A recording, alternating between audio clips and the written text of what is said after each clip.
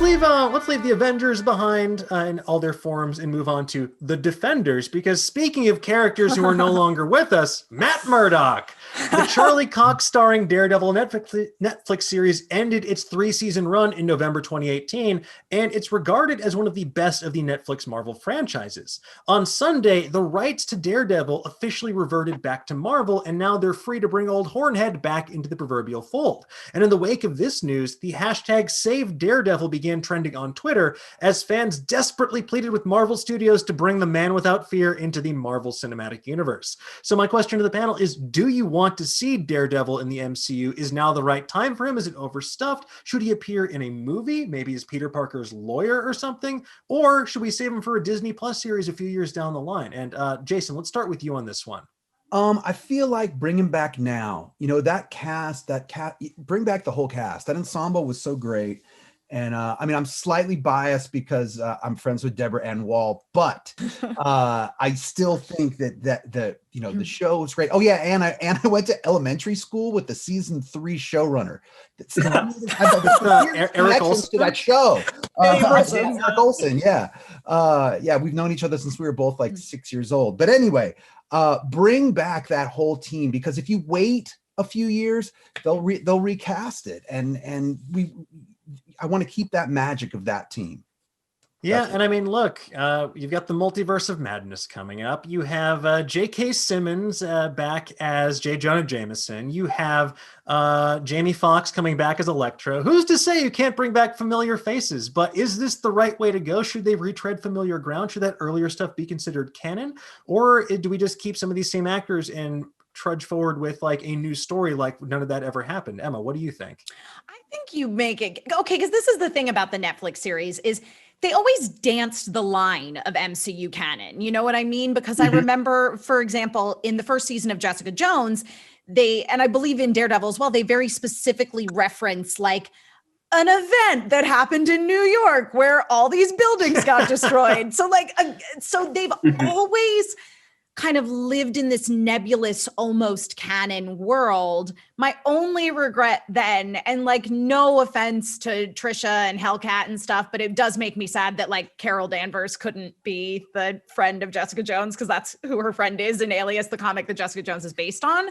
But I say just make them canon, like find a way where, and you don't have to like make them so canon that you have to have watched every single bit of Netflix material in order to understand what's going on. But I think you can incorporate the character of Matt Murdock. I love the idea of him showing up as Peter Parker or somebody's lawyer. Heck, let him be Thor's lawyer. You know, maybe you need a cosmic space lawyer, and Matt Murdock's the man for the job. But I really am such a big fan of Charlie Cox's portrayal of that character. Again, that whole cast is fantastic. And I think that just finding ways to incorporate them, be it into the films or if they show up in, say, like the Captain America and the Winter Soldier, or, you know, Captain America and Falcon stories, you know, it's just like there's so many TV shows. There's so much that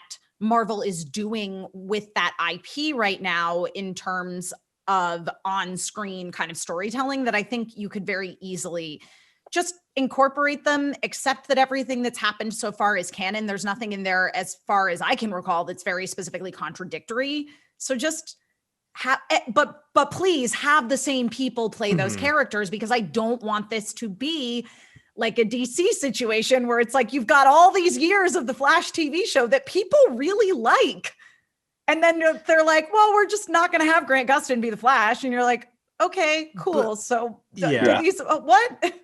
The only thing I'd be okay with is if they were like, remember when we all hallucinated that guy from Game of Thrones as Iron Fist? That was a weird time. The ghastly, crazy season.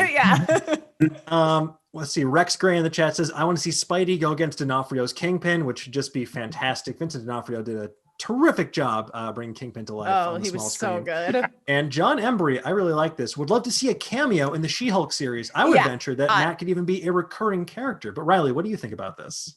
I'm really torn on it, because I agree with everybody that I love these casts so much. And I I love Charlie Cox as Daredevil, but I love Kristen Ritter so much, Jessica Jones. And I think each of those shows, well, 3 out of the 4 shows had a perfect season. And then, 2 out of the 4 shows had a perfect season. One of them had half of a great season and half of a great season separated. And the other one was Iron Fist. But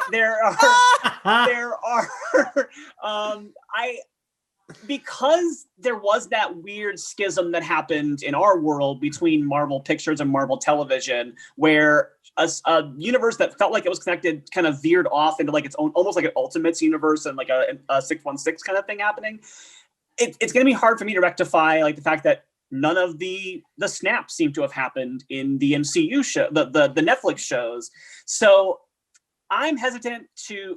I think that Daredevil seasons 1 and 3 were phenomenal. Some of the best like storytelling you could possibly get. Jessica Jones season 1 was so good.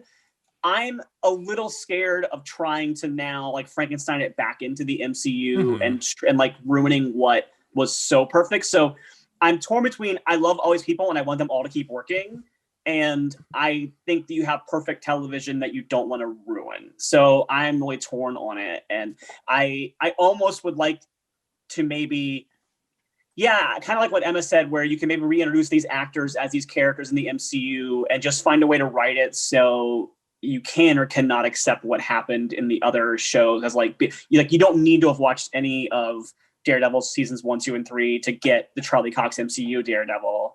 But yeah, that's like a completely non-committal answer that I just went through. Well, no, there, I think you do raise some valid points there. Like it's a real concern because you don't want to just rest on your laurels. And, you know, the MCU has never shied away from recasting or moving forward on their own terms, or even Frankenstein together stuff that they like cherry picking different elements. And also you have to bear in mind as well that you're in this weird area with all of these Netflix shows in particular that they were very mature.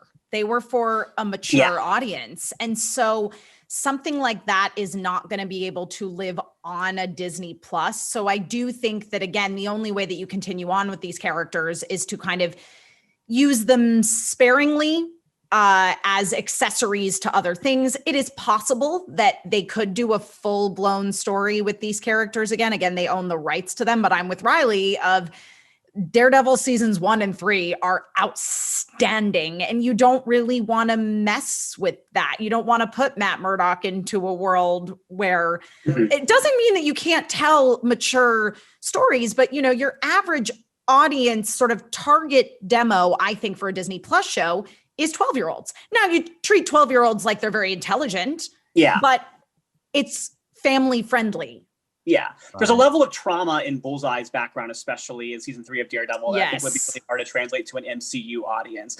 I wonder if Hulu is the happy medium. I wonder if taking these shows and making like a darker Hulu level content is the way to go with it. But I don't know what the answer is. Yeah. I mean, I feel like their dance card is so full right now. They might have something in development or planned for down the line, but I wouldn't expect to see that until probably phase 5 or 6 at the earliest. So only time will tell.